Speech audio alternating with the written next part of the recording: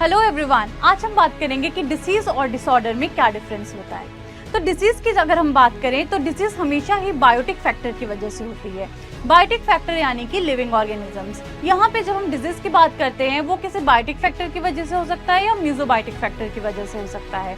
अगर हम biotic factors की बात करते हैं जैसे कि फंगस हो गया, बैक्टीरिया हो गया, ये हमारे बायोटिक ऑर्गेनिज्म में आ जाते हैं। मीजोबायोटिक की सबसे कॉमन एग्जांपल्स की बात करें तो वायरसेस। अगर हम डिसऑर्डर की बात करते हैं तो डिसऑर्डर क्या होता है, ये भी माल फंक्शनिंग ही होती है, पर यहाँ पे कोई बायोटिक एजेंट इन्वॉल्व नहीं होता है। उसके केस में ए बायोटिक एजेंट इन्वॉल्व होता है। फॉर एग्जाम्पल अगर हम बात करते हैं डिजीज की, जैसे कि लेट ब्लाइट ऑफ पोटैटो है, अर्ली ब्लाइट ऑफ पोटैटो है, वायरल डिजीज है, बैक्टीरियल डिजीज है, नंबर ऑफ डिजीज हमारे पास में है। और अगर हम डिसऑर्डर की बात करें तो आपने सबसे कॉमन डिसऑर्डर सुने होंगे, जैसे कि कॉलीफ्लावर में अगर हम बटनिंग की बात करते हैं, या फिर विपटेल ऑफ कॉलीफ्लावर की अगर हम बात करते हैं, या फिर ब्लैक टिप ऑफ मैंगो की बात करते हैं, तो ये सारे एग्जांपल्स हमारे पास डिसऑर्डर में आ जाते हैं।